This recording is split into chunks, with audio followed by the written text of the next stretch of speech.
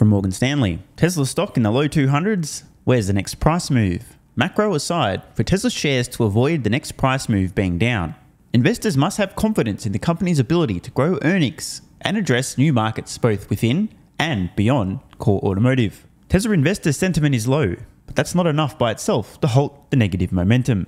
Tesla is one of the world's most vertically integrated manufacturers, aka Tesla is just a car company. Oh wait, no, that's not what they mean, is it? They mean the opposite of, let's move on. And its total addressable market today is totally dominated by the one-time point-of-sale automotive business for now. Core to our overweight thesis is the ability for Tesla to move the needle incrementally towards more capital-light models and incrementally away from the automotive business, which, as we know, ladies and gentlemen, is exactly what they're doing. Shout out to recurring revenue, software, autonomy, robotaxis, and more to come. While we do expect automotive will be the majority of Tesla's revenues for the next decade, I think that makes one of us, for the record. Let me just double check my valuation model here. For the record, automotive represents roughly 10% of Tesla's revenues in my valuation model in 2032 in the base case. If you guys want to see the full thing, head over to Patreon, link in the pinned comment.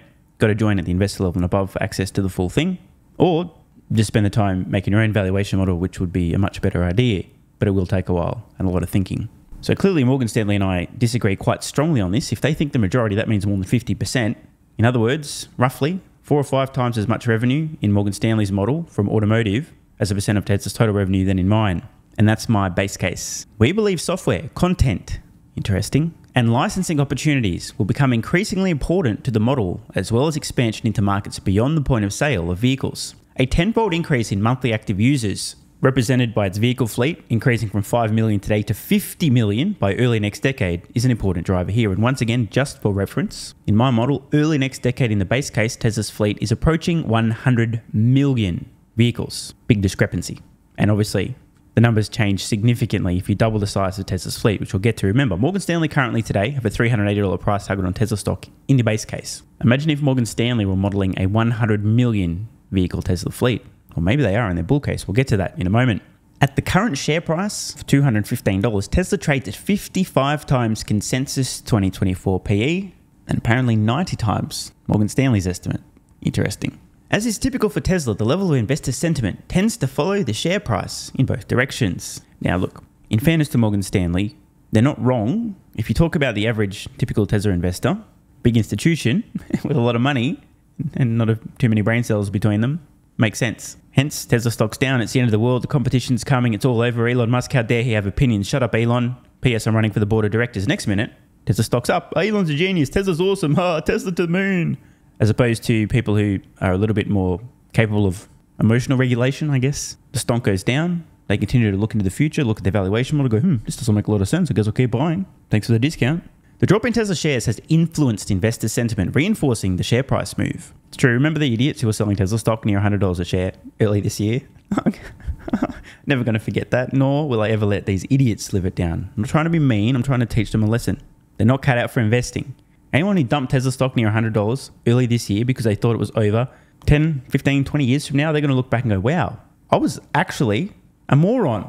I regret that. And I don't think there'll be any exceptions to that statement. In recent days, a number of Tesla exposed suppliers, which means that they provide stuff to Tesla, but not just Tesla, so keep this in mind, commented on Tesla's significantly dialed back 4Q and early 2024 production outlook. So maybe Tesla's dialing things back. It's also possible that they found other suppliers and or they're vertically integrating more themselves. In our opinion, for Tesla stock to halt its slide and re-establish leadership, investors will need to see one or more of the following. 1. Stop missing numbers, aka Wall Street needs to be better at guessing the numbers Tesla will do every quarter because Tesla doesn't miss, the analysts miss. Important distinction. Tesla 2024 consensus non-GAAP EPS forecast stood at $7.30 12 months ago. This fell to $4.87 by June 2023 and currently stands at $3.94 today. Clearly, most of the analysts and also many retail investors, myself included, didn't anticipate the Fed jacking up rates as much as they did and maintaining them as high as they are, and their willingness to destroy the automotive industry, the housing industry, and the entire economy to supposedly get a grip on inflation. As a result, Tesla's like, well, we'll just keep cutting prices and selling through volume. So it's important to understand this. Tesla's earnings per share estimates have almost halved, suggesting that very few people had a crystal ball and saw what was around the corner. And as Gary Black likes to point out, when estimates come down, generally speaking, Tesla stock often follows. The reverse has historically been fairly true as well. So I wonder what happens when rates start coming back down. 2, execute model expansion beyond. Oh man, I wish they'd write this properly. Can someone please send a note to Morgan Stanley? Come on, guys, have a fucking sense of humor. These guys are like the chat GPT of analysts here. Grok it up a little bit. It's S3XY. The Cybertruck bar has been significantly lowered, while we continue to view the model as relatively insignificant within the grand scope of Tesla's future portfolio, and in fairness, that's true. Don't get me wrong, I think it's going to sell a lot more units per year than Morgan Stanley and Tesla think. But relative to their other high-volume vehicles, Model Y today is already selling more units per year at an annualized rate than I think Cybertruck will do, and it's still increasing, never mind Tesla's next-gen vehicle. We would not underestimate the impact of the launch and ramp execution on sentiment. Fair point. Production hell round 2 could affect investor sentiment. We'll see.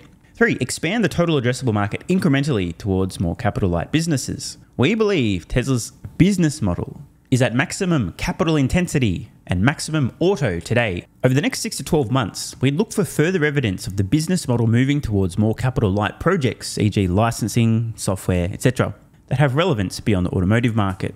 Remember, Tesla did disclose on a recent earnings call that they have been in talks with a large automotive manufacturer specifically about licensing FSD. Who knows when the announcement takes place, but if the discussions have already happened, I think Morgan Stanley might be onto something here in the next 6 to 12 months. 4, idiosyncratic narrative change. For Tesla to defend its current multiple, we believe the company must show a credible link to the AI theme through tangible products. Now, just take a quick moment here. I'm going to pause. This note came out just before Grok dropped. For those who don't know or missed the video somehow, Grok, XAI's new language-based model, which will eventually do a lot of other stuff as well. Count on it. Look out Midjourney, you're in trouble. And there'd been a link announced when XAI was first made public, and I don't mean the company went public, I mean the idea went public. They announced XAI, introducing XAI, and there was mention of a link between X/Twitter and XAI plus Tesla and XAI, and I'm like, that's interesting. Well, we now know, based on a recent post on X from Elon Musk, that it's very possible that Tesla's fleet of vehicles may be used to do inference in the future. If you know, you know, and if you don't, I would look into that, because it turns out Tesla's figured out a way to potentially monetize their vehicles when they're not operating as robotaxis too. Insane. While Tesla may have achieved its iPhone moment, it has yet to reach the App Store moment, which is critical to unlocking high margin, high multiple, highly recurring revenue, an investor's wet dream.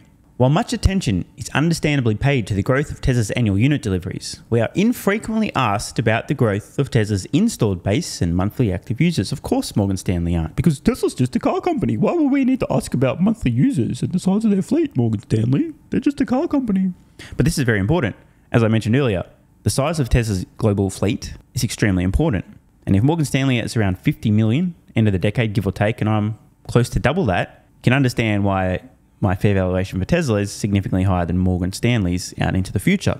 And as I mentioned, automotive revenues represent roughly 10% of Tesla's total revenues in my valuation model. In 2032, in my base case, the majority of the rest of the revenue is from software. See below for our forecast on the growth of Tesla's car fleet, from which we make assumptions on attach rate and average revenue per user that derives our revenue build for Tesla's network services. We forecast Tesla's on-the-road fleet will hit 34 million units by 2030, 69 million units by 2035, and 117 million units by 2040, driving recurring revenues of 55 billion, 157 billion, and are you sitting down for this? $322 billion for 2030, 35, and 2040, respectively.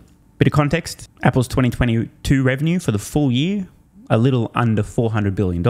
So just from Tesla's quote network services, Morgan Stanley have Tesla equaling Apple's entire revenue, the entire business for 2022 in roughly 2040. And that's on a much smaller vehicle fleet than I personally have modeled in my own valuation model. Don't sleep on the Tesla software business. So let's take a peek visually. Tesla's end of year car fleet in millions of units from 2023 to 2040. Now, does anyone notice something here? I'm just going to put a nice straight arrow on this to give you guys a little bit of an illustration of what we're looking at. You know what this is? A fairly straight line. Admittedly, there's the very slightest curve, but this is where the discrepancy between Morgan Stanley's estimates and my own really take, wait for it, shape, get it? Because shape, that's really nerdy. Anyway, Morgan Stanley are estimating Tesla produces a lot less vehicles every year between now and the end of the decade, and actually between now and 2040, than I am. Of course, who knows who'll be right. But the point is, this is not that far off linear growth, and I personally think that Tesla's fleet growth will be closer to exponential. We remain overweight on Tesla with a $380 price target and a bull and bear case of $550 and $120 per share respectively. Our $380 price target, and remember as I record this, Tesla stock today about $220 per share, is comprised of 6 components. $86 a share for the core automotive business on a piddly 7.4 million units in 2030. I'll tell you what, man, these guys are going to regret publishing this. I just don't know what planet they're on. Tesla's already annualized rate in excess of 2 million. Do they really think over the next 7 years we won't even see 2 more doublings? In 7 years? Ay. Tesla Mobility at $82 a share with a 600,000 vehicle fleet at $1.80 per mile in 2030. In other words, 600,000 robo-taxis charging $1.80 per mile. Tesla as a third-party supplier at $41 a share. The energy business, only $48 a share. Insurance at $8 a share. And network services at $115 per share. Just for reference, automotive business, $86 a share. Network services, $115 a share. On a fleet with 22.1 million monthly active users, producing $180 average revenue per user by 2030. For context, as I record this, monthly subscription to FSD is more than this, and that's their annual revenue. Not sure how that works, but hey, whatever. Their number's not mine. And just to break this down into detail, let's look at the bull case from Morgan Stanley. 10 million units by 2030. That's it. They're at 10 million. Tesla's publicly stated goal is 20. They may as well rename this bull case to slightly better than base case in my opinion. Tesla Insurance, interestingly, at 50% penetration by 2030. In other words, half the people who buy and or own a Tesla vehicle using Tesla Insurance. A robotaxi fleet of 1 million vehicles by 2030. 25 million monthly active users at $200 average revenue by 2030. That's average revenue per user. And 3 million units of third-party powertrain supply by 2030. The base case, 7.4 million vehicles being sold in 2030. 15% penetration on Tesla Insurance. A 600,000 vehicle robotaxi fleet, as we discussed earlier. 22.1 million monthly active users at $180 average revenue per user by 2030. And 1.7 million units of third-party powertrain supply. The base case, 5.5 million units by 2030. By the way, you know the hilarious thing, right? Someone remind me to clip this early 2031 when we know the actual numbers for 2030. I reckon, I'm willing to put this on the record, I bet Tesla will exceed Morgan Stanley's bull case in 2030. The bear case is an absolute farce. Tesla's already halfway there. Their bear case is 5.5 million units in 2030. 100,000 robotaxis by 2030 and just 15 million monthly active users at $80 average revenue per user by 2030. Now look, I may be a deluded Tesla fanboy and I do have a pathological optimism bias. However, I'm going to put this on the record. I think Morgan Stanley's bull case for 2030 is actually a bear case. And their price target on their bull case, which I would deem extremely bearish for today, remember Tesla stock's $220 as I record this, $550 per share. Now just remember, I was roughly double most of these numbers, not quite, but just imagine if you doubled Morgan Stanley's bull case, and then you might understand why I still continue to buy Tesla stock with every spare cent. And I think that's a great place to wrap up. See ya. Want more content? Early access? Bunch of perks? Click the links in the pinned comment. Athletic Greens AG1 has given me a massive, meaningful boost in energy, allowing me to do a lot more every day, including using my brain more and using my body more. I highly recommend you guys and girls check it out. Athletic Greens AG1 is an excellent way to fill in nutritional gaps. It's got 75 high-quality vitamins, minerals, and whole food source nutrients, plus prebiotics and probiotics and digestive enzymes and adaptogens to help you deal with stress. Plus, if you click the link in the pinned comment or head to drinkag1.com/SMR, you can get yourself a 1-year free supply of vitamin D3 and K2. But don't take my word for it. Here's what some of you guys and girls have to say. AG1 has changed my life. I was, as you described, treating myself like a circus, ate like trash, rarely exercised, used alcohol as a stress crutch, cannabis also. AG1 is what gave me the kick in the ass, got me back to the gym, motivated me to do more for myself, family, my business, etc. Keep doing what you do.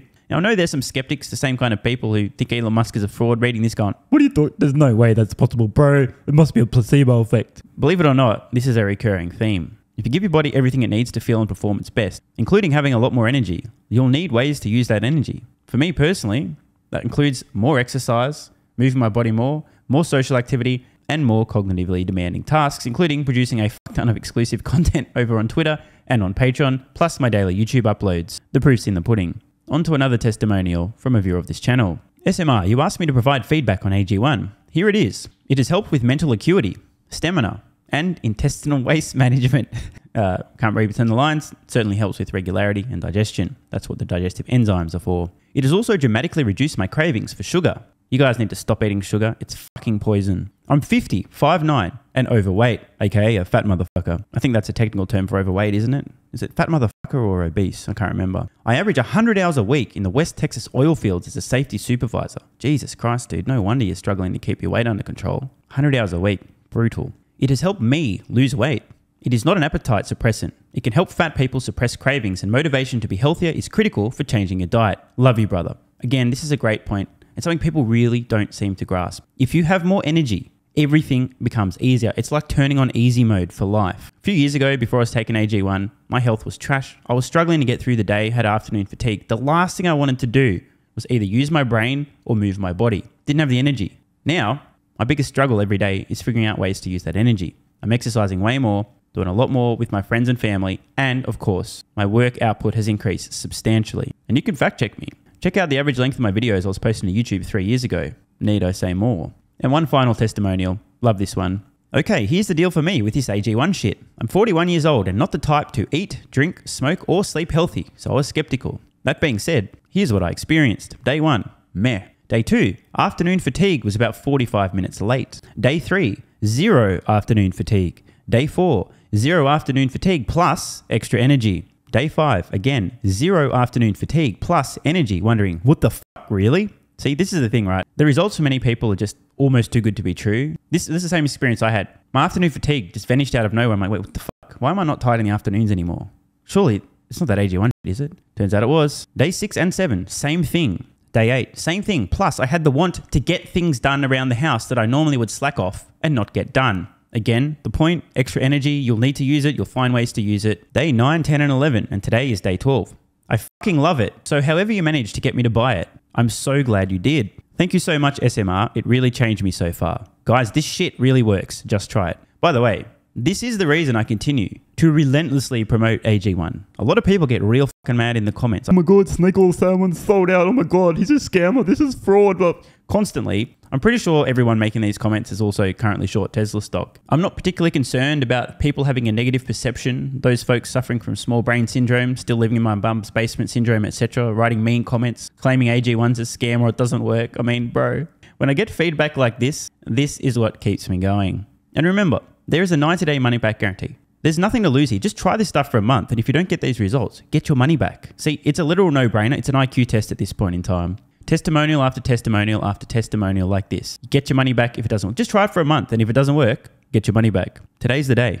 It's finally time. Be like this guy who was a massive skeptic, but finally, after 1,000 promotions in a row, caved in, tried AG1, and has results like this. Head to drinkag1.com/SMR or click the link in the pinned comment, and please, let me know how you're feeling in a few weeks' time. Now, if you'll excuse me, time to put my extra energy to good use. I'll be recording some more exclusive content for Patreon and my Twitter subscribers. So click the links in the pinned comment. See you over on Twitter and or Patreon, and don't forget to grab your AG1. Love ya.